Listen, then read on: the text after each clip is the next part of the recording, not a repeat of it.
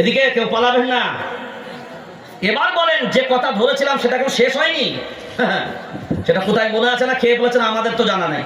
এখন বলেন, দুনিয়ার সব রকমের ন্যায় অন্যায় যা ঘটবে এগুলো আলেমরা নজর দেবে? এদের প্রয়োজন আছে না নাই? জোরে বলেন। কিন্তু এখন তো বড় আফসোস, আলেমদের কি মেনে নিতে চাচ্ছে না, সবাই বলছে হামরা। কথা বলেন, আলেমদেরকে কজন মানছে? তার নেতৃত্ব মানতে বড় লজ্জা। আজকের আপনাদের, আমি জানি না আপনাদের এলাকার কি সিস্টেম আছে, মসজিদের ইমাম যারা ইমামতি করেন, ধরুন ইমাম সাহেব কোথাও যাবেন, আচ্ছা ছুটি কার কাছে নাই ইমাম সাহেব? সবাই বলেন। যে ছুটি করে সে ছোট হয় না, যার কাছে ছুটি করে সে ছোট হয়? জবাবটা আপনাদের কাছে আমি জানতে চাচ্ছি। কথা বলে না। আমি যদি আপনার কাছ থেকে ছুটি করে, মানে আপনার আন্ডারে আমি চাকরি করছি, তার মানে আমি আপনার থেকে যোগ্যতায় কম। আমি আপনার থেকে, কথা বলে না, আমি আপনার থেকে শরীয়তের মসলা শুনে নেন। ইমাম যদি মসজিদের ভিতরে চলে যায়, টাইম যদি চলে যায়, ওভার হয়ে যায়, কোনো মুসল্লি, প্রেসিডেন্ট, সেক্রেটারি, মাতওয়াল্লি কারোর অনুমতি নেই যে ইমামকে অর্ডার দিয়ে বলবে আপনি চলুন। ইমামকে অর্ডার দেওয়ার যখন ক্ষমতা নাই, তাহলে এক ওয়াক্ত ইমাম থাকবে না। কেন কমিটির পারমিশনের ইমামের প্রয়োজন হবে? কেন আলিম পারমিশন নেবে? আল ইমামু দামিনুন, নবী বললেন শুনে রেখে দাও, ইমামরাই হলো তোমাদের জিম্মাদার। কে? সবাই বলেন, ইমামরাই হলো জিম্মাদার। ইমামরাই যদি জিম্মাদার হয়, বরঞ্চ মসজিদের কমিটি প্রথম থেকেই ইমামের সাথে একটা কন্ট্যাক্ট করে নেবে, হুজুর আপনার এতগুলো ছুটি, তারপরেও যদি প্রয়োজন হয় কাউকে বলার দরকার হবে না, আপনি যেতে পারেন, শুধুমাত্র জানিয়ে যাবেন যে আমি অত্যন্ত আজকে নাই, ছুটি কাটানোর প্রয়োজন নেই। আজকে যদি বাড়তি ছুটি ইমাম নেয়, তারপরে আজকে কমিটির কাছে কৈফিয়ত দিতে হয়। এক ওয়াক্ত কামাই করতে গেলে ইমাম সাহেবকে 10 বার ভাবতে হয়, না কোনো অবস্থায় যাওয়া যাবে না। বলে কেন? জোহরের নামাজ ছাড়া যাবে না। বলে কেন? বলে আমি যদি জোহরের নামাজ ছাড়ি, আসরের সময় মিটিং বসে যাবে। এইগুলো সমাজ থেকে আগে বন্ধ করা লাগবে, কারণ ইমামকে ইমামের যোগ্যতা অনুযায়ী সম্মান দিতে হবে। এটা বলবেন কেন? এই জন্যই বলবো, শুনে রেখে দেন, আল্লাহর কোরআন, সূরার নাম সূরা মুজাদালা, 28 নম্বর পারা, 2 নম্বর সাফার ভিতর আল্লাহ ক্লিয়ার করেছেন, ইয়ারফাইল্লাহুল্লাযীনা আমানু মিনকুম ওয়াল্লাযীনা উতুল ইলমা দারাজাত। আল্লাহু আকবার বলেন। আল্লাহ বললেন শুনে রেখে দাও, ঈমানওয়ালাদের আমি আল্লাহ সম্মান করি, ইলমওয়ালাদের আমি আল্লাহ সম্মানিত করি। কাদের সম্মানিত করেন? ইলমওয়ালাদের। জোরে বলেন, ইলমওয়ালাদের। কাদের? ইলমওয়ালাদের আমি আল্লাহ সম্মানিত করি। ইমাম সাহেবের সম্মানটা একটু প্রথমে বোঝেন। আপনাদের মসজিদের ধরুন ইমাম সাহেব নামাজ পড়াচ্ছে, শুধু হয়তো কোরআনের হাফিজ, কোরআন শুদ্ধ করে পড়তে পারে, এবং ইমামতির যে 6 দফা 5 দফা যা শর্ত আছে, সেই শর্ত অনুযায়ী তিনি পারক, মানে তিনি ইমামতি করার যোগ্য। এখন তিনি ইমামতিতে দাঁড়িয়ে গেলেন, হঠাৎ করে দেখা গেল তার পিছনের কাতারে এই পশ্চিম বাংলার সব থেকে বড় মুফতি, পশ্চিম বাংলার সব থেকে বড় ডক্টর, পশ্চিম বাংলার সব থেকে বড় উকিল, পশ্চিমবঙ্গের সব থেকে বড় জজ, পশ্চিমবঙ্গের সব থেকে বড় শাইখুল হাদিস, পশ্চিম বাংলার সব থেকে বড় ইঞ্জিনিয়ার, ব্যারিস্টার, সবাই পিছনে দাঁড়িয়ে গেল। এখন যদি বলেন ওই ইমাম সাহেব নামাজ পড়েন, তিনি বললেন আল্লাহু আকবার, তাহরিমা বেঁধে নিলেন। পিছনের মুফতি সাহেব বলল, আমি ওর থেকে জ্ঞানী মানুষ, আমি কেন এখন আল্লাহু আকবার বলবো? আমি তো নামাজ জানি। ও বরঞ্চ এখন যা করছে করুক, ও যখন রুকু যাবে তখন আমি তাহরিমা বাঁধবো। কথা বলে না? শাইখুল হাদিস যদি বলে না, ও আমার থেকে কম যোগ্যতা, তো আমারই ছাত্র, ও যখন সাজদায় যাবে আমি তো কোনো রুকুতে যাব, ও যখন রুকুতে যাবে আমি তো কোনো রুকুতে যাব না। এখন বিবেক দিয়ে ভাবনা চিন্তা করে বলেন, এই জ্ঞানী পণ্ডিত হওয়ার পরেও নিজস্ব জ্ঞানের পণ্ডিত্য ফলাতে পারবে? হ্যাঁ আর না? এত পণ্ডিত হওয়ার পরেও যদি পণ্ডিত্য ফলাতে না পারে, দাঁড়িয়া নাই, বিড়িখোর, ঘুষখোর, সুদখোর, জুয়াখোর, দায়িত্ব পেয়ে যদি ইমামের উপরে আঙ্গুলি হেলানি চালায়, ইমামের উপরে নেতৃত্ব চালায়, এখন বিবেক দিয়ে ভাবনা চিন্তা করে বলেন চলানো যেতে পারে? এইটা কিন্তু সমাজে প্রতিষ্ঠিত করা যাবে না, বড় গা লাগবে। কিন্তু সমাজে এটা সব থেকে বেশি প্রয়োজন। কারণ আজকের গ্রামের সিদ্ধান্ত নেয় কারা?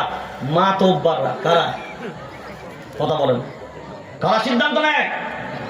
যদি মসজিদের ইমামকে সাথে নিয়ে প্রত্যেকটা সিদ্ধান্ত হতো, এবং উচিত প্রত্যেকটা বাংলার নয়, প্রত্যেকটা দুনিয়ার মসজিদগুলোতে যে মসজিদ কমিটি তৈরি করা হয়, এই মসজিদ কমিটির ভিতরে ইমামকে প্রেসিডেন্ট বানানো হবে।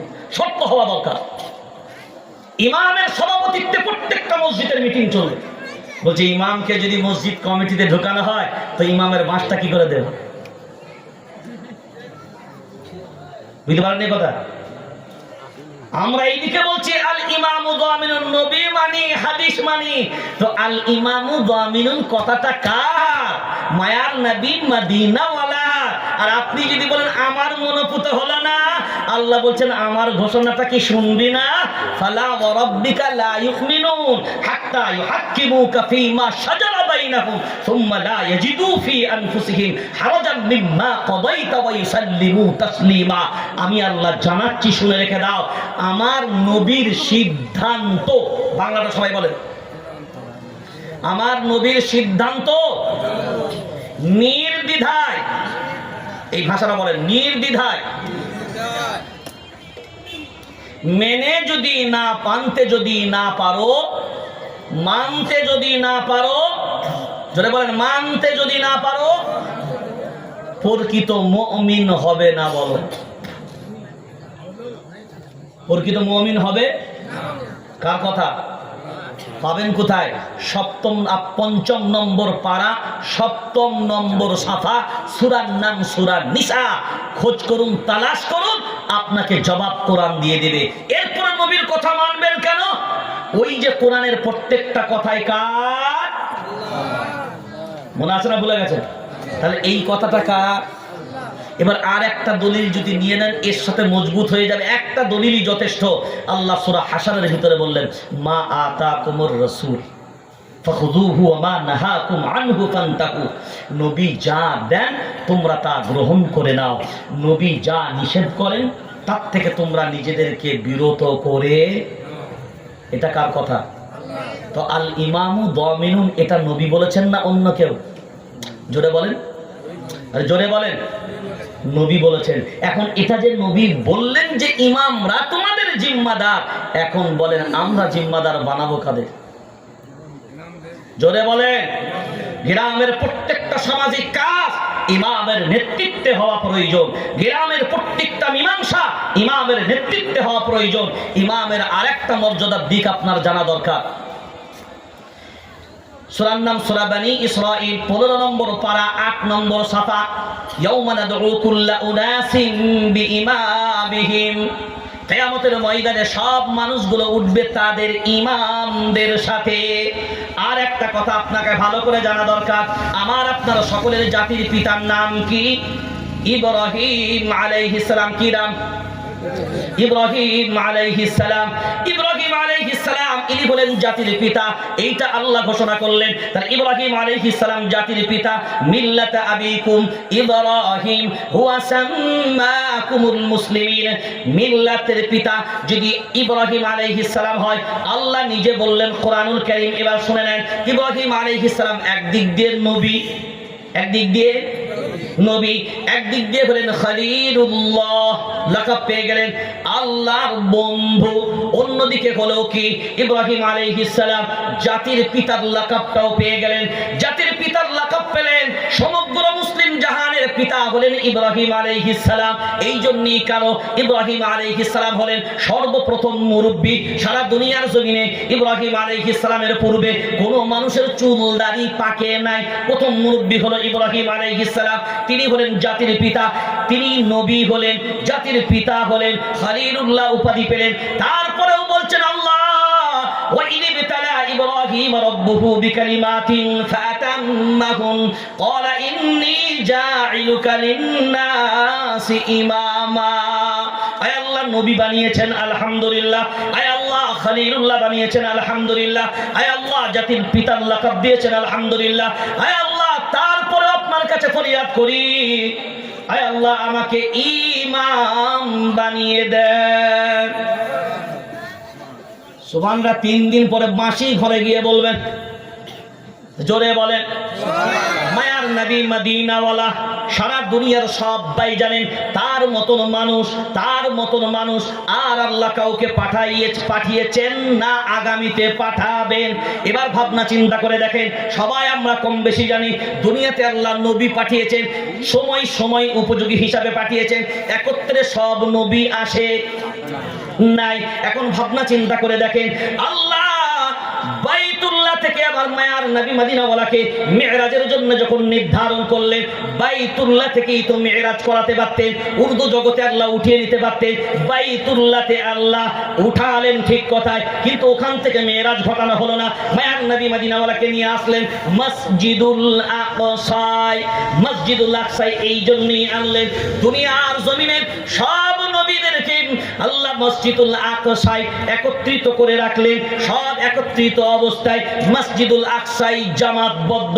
বিবেক দিয়ে ভাবনা চিন্তা করে বলেন, এই বয়ান আমরা পূর্বেও শুনেছি, সব নবীরা মসজিদুল আকসায় ইমামতির জায়গায় না মুক্তাদির জায়গায়? জোরে বলেন। সব নবীরা ইমামতির জায়গায় না মুক্তাদির জায়গায়? তোমরা এটা শোনাই না। কার জায়গায়? মুক্তাদির জায়গায়।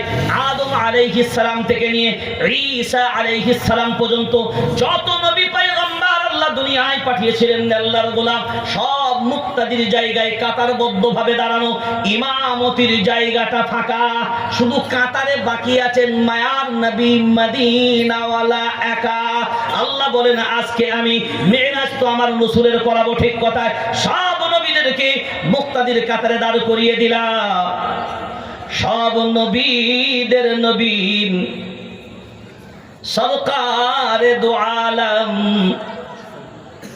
আমি আল্লাহ যার গ্যারান্টি দিলাম, ওয়া ইন্নাকা লাআলা খুলুকিন আযীম, আমি আল্লাহ যার সম্পর্কে বললাম, ওয়া মা আরসালনাকা ইল্লা রাহমাতাল লিল আলামিন।